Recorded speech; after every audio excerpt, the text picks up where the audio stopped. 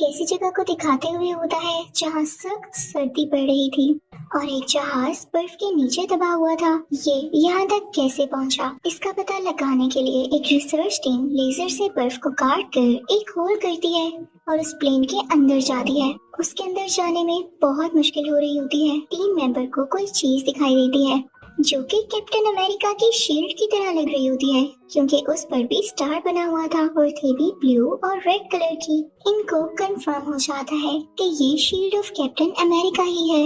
लेकिन ये आई कहाँ से? क्या इस प्लेन में वो भी था? मल्टीपल क्वेश्चन सोच में आते हैं। अब सीन शिफ्ट होता है पास्ट की तरफ, जब हमें एक सिटी दिखाई जाती है। वहाँ जर्मन सोल्जर्स हुआ करते थे।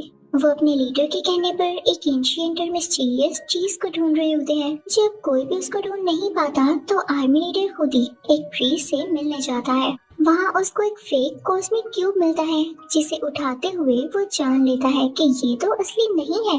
वो प्रीस्ट से पूछता है वो चीज कहाँ है जिसकी मुझे तलाश है। तो प्रीस्ट जब कोई उसे जवाब नहीं देता तो लीडर वो फेक क्यूब तोड़ देता है और उससे दोबारा पूछता है मुझे बताओ वो कहाँ है। प्रीस्ट उससे कहता है नहीं, वो तुम्हारे लिए नहीं है, क्योंकि तुम एक गॉड नहीं हो। उस चीज को सिर्फ गॉड ही हासिल कर सकता है, क्योंकि उसी में इतनी ज्यादा पावर बर्दाश्त करने की एनर्जी होती है। जब प्रीस्ट उसे कुछ नहीं बताता तो वो खुद ही अपनी नजर इधर उधर दौड़ाने लगता है। उसे एक दीवार कुछ अजीब सी लगती है जिसमें एक बटन लगा होता है। वो उसको प्रेस करता है तो उसमें से एक बॉक्स बाहर आता है। उसके अंदर रियल कॉस्मिक क्यूब होता है जिससे लाइट निकलने लगती है। अब यहाँ भी सीन चेंज हो जाता है। पिछले वाक्य को पूरा 1 साल गुजर गया होता है।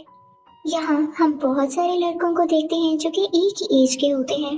वहाँ एक लड़का और भी होता है जिसका नाम होता है स्टीव। ये इस मूवी का मेन कैरेक्टर भी है। अब स्टीव का ख्वाब ये था कि वो आर्मी में जाए, लेकिन कुछ डिजीजेस की वजह से उसको सिलेक्ट नहीं किया जाता। अब स्टीव एक ऑफिसर से मिलता है जिसका नाम बकी बार्न्स होता है। स्टीव उसे बताता है कि मैं आर्मी में जाना चाहता था, पर कभी ऐसा नहीं हुआ कि मैं सिलेक्ट हो जाऊं। बार बार मुझे रिजेक्ट कर दिया जाता था। तो बार्न्स उसे बताता है कि आज रात में तुम्हें एक ऐसी चीज दिखाऊंगा जिसे देखकर तुम खुश हो जाओगे। एक ऐसा फेस्टिवल जिसमें तुम्हें फ्यूचर की हर चीज देखने को मिलती है। अब वो लोग रात को वहाँ जाते हैं और एंजॉय भी करते हैं। वहीं पर उनको एक मिस्टीरियस आर्मी दिखता है, लेकिन वो लोग अपना फन कंटिन्यू रखते हैं। यहाँ एक आर्मी ग्रुप की पिक्चर में खुद को देखते हुए स्टीव बार्न्स से फिर से कहता है क्या कभी मैं आर्मी में जा सकूंगा? मेरे अंदर अपनी कंट्री के लिए लड़ने के लिए बहुत ज्यादा पैशन है और मुझे यकीन है इतना पैशन किसी में भी नहीं। तो बार्न्स उससे कहता है तुम बीमार हो स्टीव। अब इनकी ये बातें वहाँ एक ग्लासेस वाला डॉक्टर भी सुन लेता है। खैर उसी वक्त स्टीव को पता चलता है कि फ्यूचर के लिए आर्मी सिलेक्शन हो रही है। वो फौरन से जाकर फॉर्म जमा कराता है, लेकिन वहाँ पर जो आदमी होता है उसे रिजेक्ट कर देता है कि तुम्हारे फॉर्म से पता चला है कि तुम बार बार रिजेक्ट हुए हो, तो जरूर कोई ना कोई वजह होगी ना। लेकिन तभी वहाँ वो डॉक्टर आते हैं जिन्होंने उनकी बातें सुनी थी। वो डॉक्टर एक साइंटिस्ट भी थे। वो स्टीव से इंटरव्यू लेते हैं और उसके फॉर्म पर 1A लिखते हैं, यानी फर्स्ट एवेंजर कैप्टन अमेरिका, जिसके बारे में स्टीव खुद भी गेस नहीं कर पाता। अब सीन शिफ्ट होता है एक आर्मी यूनिट पर, जहाँ के कमांडर्स को दिखाया जाता है, एक मेल कमांडर और एक लड़की पैगी कार्टर को। वहाँ के कमांडर साइंटिस्ट से पूछते हैं कि आप जानते हैं आर्मी को बहुत सारे ऑपरेशंस और टास्क दिए जाते हैं, मैं कैसे मान लूं कि स्टीव बेटर ऑप्शन है। तो साइंटिस्ट यानी वही डॉक्टर वहाँ एक बॉम्ब फेंकते हैं, जिसको देख के सब लोग अपनी जान बचाने के लिए भागने लगते हैं, जबकि स्टीव उसी बॉम्ब के ऊपर आकर लेट जाता है ताकि वो अपनी जान दे दे और बाकी लोगों को कुछ भी ना हो। ये देख के सब बहुत इम्प्रेस होते हैं और आर्मी कमांडर स्टीव को रखने के लिए मान जाते हैं। अब दूसरी तरफ हम एक आदमी रेड स्कल को देखते हैं। वो अपने साइंटिस्ट के साथ मिलकर कॉस्मिक क्यूब की पावर्स को जान रहा होता है और उसको यूज करके ऐसी एनर्जी निकालने की कोशिश करता है जो किसी भी प्लेन को 5-6 दिन तक उड़ा सके, यानी उसके लिए किसी फ्यूल की जरूरत न पड़े और हर वॉर में भी उन्हें एनर्जी दे सके ताकि वो जीत जाएं। आखिरकार कई दिन की मेहनत के बाद रेड स्कल का साइंटिस्ट वो मशीन बना ही लेता है, तो क्यूब से एनर्जी लेगा और उनके टैंक्स में ट्रांसफर करेगा। उधर आर्मी यूनिट से पैगी कार्टर स्टीव को उसकी अपनी सिटी लेकर आती है, यानी जहाँ से स्टीव आया था, क्योंकि यहाँ पर ग्लासेस वाले डॉक्टर की एक बहुत ही आला मशीन थी जो कि किसी भी इंसान की ताकत को बढ़ा सकती थी और ये आर्मी पर्पस के लिए ही बनाई गई थी। इस मशीन का क्रिएटर वही मिस्टीरियस आदमी था जिसको हमने फेस्टिवल में देखा था। जब इसमें यूज होने वाला लिक्विड डॉक्टर यानी उसी साइंटिस्ट ने बनाया तो उनका भी नाम इसके क्रिएटर्स में आ गया और इसकी मेंटेनेंस का भी वही ख्याल रखा करते थे। अब इसी मशीन में भेजने के लिए स्टीव को यहाँ पर लाया गया था। अब स्टीव को इस मशीन में भेजा जाता है और उसे ऑन करके उसके मीटर्स को हाई लेवल पर सेट किया जाता है। मशीन हिलने लगती है और उससे बहुत सी लाइट बाहर आने लगती है। अंदर से स्टीव चिल्ला रहा होता है जैसे वो इतनी एनर्जी को बर्दाश्त न कर पा रहा हो, जबकि अभी मशीन सिर्फ और सिर्फ 70% लेवल पर सेट थी। मशीन में से स्पार्क्स निकलने लगते हैं और स्टीव की चीखें और ज्यादा बढ़ जाती हैं। उस मशीन को रोकने का फैसला लिया जाता है, लेकिन स्टीव बोलता है कि नहीं, मेरे में हिम्मत है, मैं इसको बर्दाश्त करूंगा, बल्कि इसको 100% तक बढ़ा दो। अब मशीन का लेवल 100% तक कर दिया जाता है और अब जब मशीन खुलती है तो सब स्टीव को देख के हैरान रह जाते हैं, क्योंकि उसकी बॉडी बनी होती है और वो बहुत कमाल का स्ट्रॉन्ग लग रहा होता है। तभी वहाँ पर एक स्पाई आता है और डॉक्टर को गोली मार के वो सीरम ले जाता है जिससे स्टीव भी स्ट्रॉन्ग हुआ था, यानी वही फ्लूइड जो उस मशीन में यूज होता है। डॉक्टर काफी जख्मी हो जाते हैं। स्टीव उनके पास आता है और कहता है कि मैं आपको कुछ नहीं होने दूंगा और मैं इस सीरम को भी वापस लाऊंगा। अब स्टीव उस जासूस यानी स्पाई के पीछे भागने लगता है, लेकिन वो स्पाई एक गाड़ी में जा रहा होता है और काफी ज्यादा स्पीड से। स्टीव जो कि अब फाइनली कैप्टन अमेरिका बन चुका था, उसका तेजी से पीछा करने लगता है। वो स्पाई अगर अपनी गाड़ी को डिफरेंट गलियों में से निकाल कर लेकर जा रहा था तो कैप्टन अमेरिका भी कुछ कम नहीं था।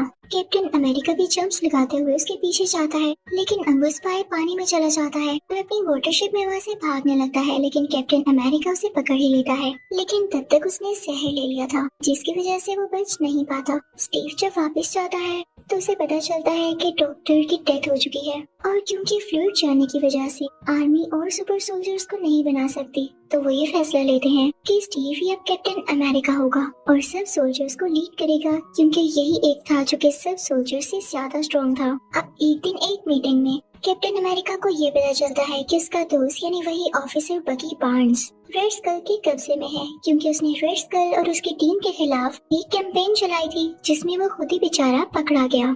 कैप्टन अमेरिका तैयारियां करने लगता है कि वो अपने दोस्त बकी बार्न्स और उसके साथियों को बचाने जाएगा।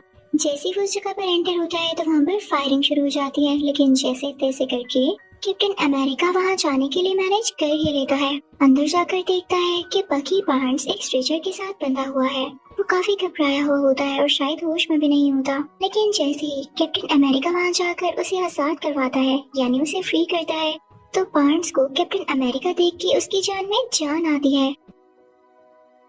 कैप्टन अमेरिका उसे कहता है तुम ठीक हो, तो बार्न्स उसकी बॉडी पर हाथ लगाकर कहता है तुम तो स्मार्ट हो गए हो। स्मार्ट यानी स्ट्रॉन्ग वाली वे में। वो दोनों एक दूसरे को देखकर बहुत खुश होते हैं और जैसे ही वहाँ से निकलने लगते हैं वहाँ पर ब्लास्टिंग स्टार्ट हो जाती है। सब टाइमर्स चलने लगते हैं और बाहर लोगों में और टैंक्स में भी फायरिंग हो रही होती है। इधर जब कैप्टन अमेरिका और बार्न्स एक ब्रिज पर पहुँचते हैं तो सामने ही रेड स्कल भी होता है। रेड स्कल कैप्टन अमेरिका की तरफ बढ़कर उसे मारने वाला होता है, लेकिन कैप्टन अमेरिका यानी स्टीव अपनी शील्ड आगे कर देता है, जिससे रेड स्कल को बहुत गुस्सा आता है और वो अपना मास्क उतारकर नीचे आग में फेंक देता है, जिससे उसका रेड फेस साफ नजर आने लगता है। इसी के साथ ही रेड स्कल उस ब्रिज को अलग-अलग करता है ताकि कैप्टन अमेरिका और बार्न्स आगे ना आ सकें, और फिर वो अपने साइंटिस्ट को लेकर वहाँ से भाग जाता है। अब कैप्टन अमेरिका बार्न्स और उसके साथियों को बचाकर वापस आर्मी यूनिट ले आता है, जिसे देखकर कमांडर भी और बाकी सारे लोग भी बहुत खुश होते हैं। कैप्टन अमेरिका को बहुत अप्रिशिएट किया जाता है और इसी खुशी में एक पार्टी भी रखी जाती है, जिस पार्टी में कैप्टन अमेरिका वहाँ के सब सोल्जर्स को बताता है कि जब मैं बार्न्स को बचाने गया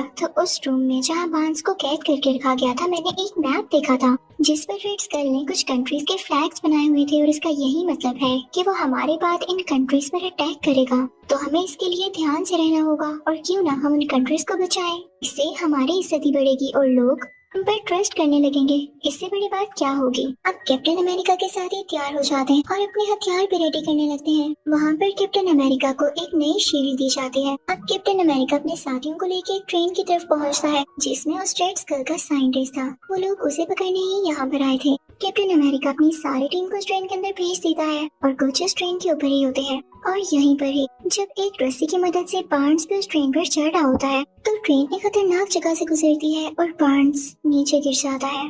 अब रेड स्कल का साइंटिस्ट इनके कब्जे में होता है। कमांडर जब उसे क्वेश्चनिंग करने लगता है तो इनको ये पता चलता है कि वाकई रेड स्कल ने उन कंट्रीज पर अटैक करने के लिए बहुत सारी प्लानिंग कर रखी है, जिसका डाटा उनकी बेस पर है। तो कैप्टन अमेरिका देर ना करते हुए अपने साथियों से कहता है कि हम वहाँ पर बाइक्स पर जाएंगे, और वो जंगलों से होता हुआ, सुनसान इलाकों से होता हुआ बाइक्स पर बड़े मजे से उनकी बेस पर जाने लगता है। अब बहुत एफर्ट के बाद कैप्टन अमेरिका और उसके साथी उस बेस तक पहुँच जाते हैं, जहाँ पर रेड स्कल को इनके आने की खबर पहले से हो चुकी थी। उसने अपना प्लेन रेडी कर लिया होता है और वहाँ से निकलने वाला होता है, लेकिन कैप्टन अमेरिका उसको ऐसे कैसे जाने दे सकता था। तो वो भी एक गाड़ी लेता है और अपने साथियों के साथ उसका पीछा शुरू कर देता है। उस कार में वो कमांडर और पैगी कार्टर भी होते हैं। कैप्टन अमेरिका इतनी तेज गाड़ी चलाता है कि उस प्लेन तक पहुंच ही जाता है। कैप्टन अमेरिका चुपके से उसके प्लेन के अंदर जाता है और उसे ढूंढने लगता है, लेकिन तभी रेड स्कल पीछे से आकर उस पर वार करता है। उसके हाथ में एक लेजर गन होती है जिससे वो उसे शूट करने लगता है, लेकिन कैप्टन अमेरिका इस चीज को लेकर बहुत अटेंटिव था, तो वो अपनी शील्ड से उस लेजर के वार को रोकता रहता है। अभी रेड स्कल आगे आता है और उसे टांगों से पकड़कर नीचे गिराता है। कैप्टन अमेरिका भी ऐसे ही करता है।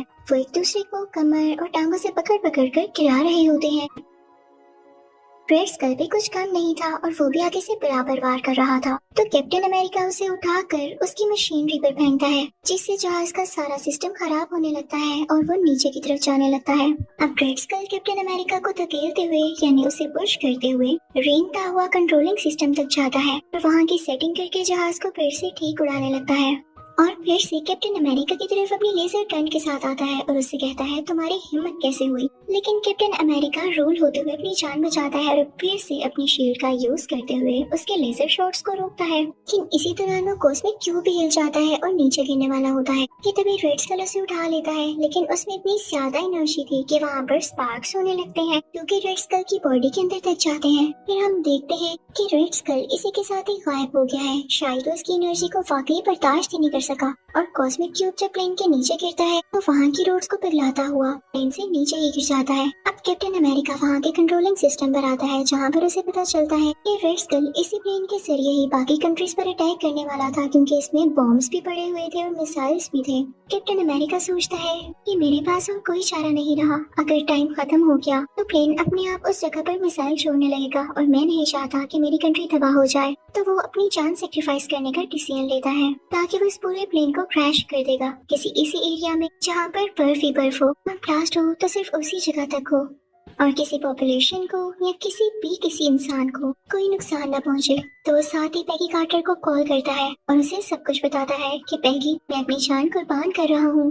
यहाँ पर पैगी काफी उदास हो जाती है, शायद वो उसे पसंद करने लगी थी और ना भी पसंद करती हो, ये सीन था ही इतना इमोशनल। और फाइनली कैप्टन अमेरिका आर्कटिक के उस इलाके में नई प्लेन क्रैश कर देता है। तभी तो हमने मूवी की स्टार्टिंग में देखा एक रिसर्च टीम को बर्फ के अंदर की प्लेन कैप्टन अमेरिका की शील्ड मिली थी, जो कि इसी वाकई यानी सीन से कनेक्टेड थी। तभी हम उस मशीन के क्रिएटर को देखते हैं, उनको पानी में से वो कॉस्मिक क्यूब मिल जाता है, तो वो कहते हैं अगर कॉस्मिक क्यूब मिल सकता है तो हमारा कैप्टन अमेरिका क्यों नहीं। जल्द ही वो रिसर्च टीम कैप्टन अमेरिका को भी ढूंढ लेती है, उन्हें होश में लाया जाता, क्योंकि अब 70 साल गुजर चुके थे। कैप्टन अमेरिका होश में आने के बाद बिल्कुल ठीक ठाक था, क्योंकि उसमें उसी सीरम की पावर्स जो थी। तो उसको जिस रूम में रखा जाता है, रूम का सारा सेटअप भी पुराना होता है, इवन उसके पास रेडियो भी बड़ा होता है ताकि कैप्टन अमेरिका को कुछ अजीब कि वो अचानक से फ्यूचर में कैसे आ गया। लेकिन रेडियो पर जिस मैच की कमेंट्री चल रही होती है, कैप्टन अमेरिका कहता है इस मैच में तो मैं खुद बैठा हुआ था, तो इसकी कमेंट्री लाइव कैसे चल रही है। वो भाग कर बाहर जाता है, तभी उसे एक आदमी मिलता है और कहता है अरे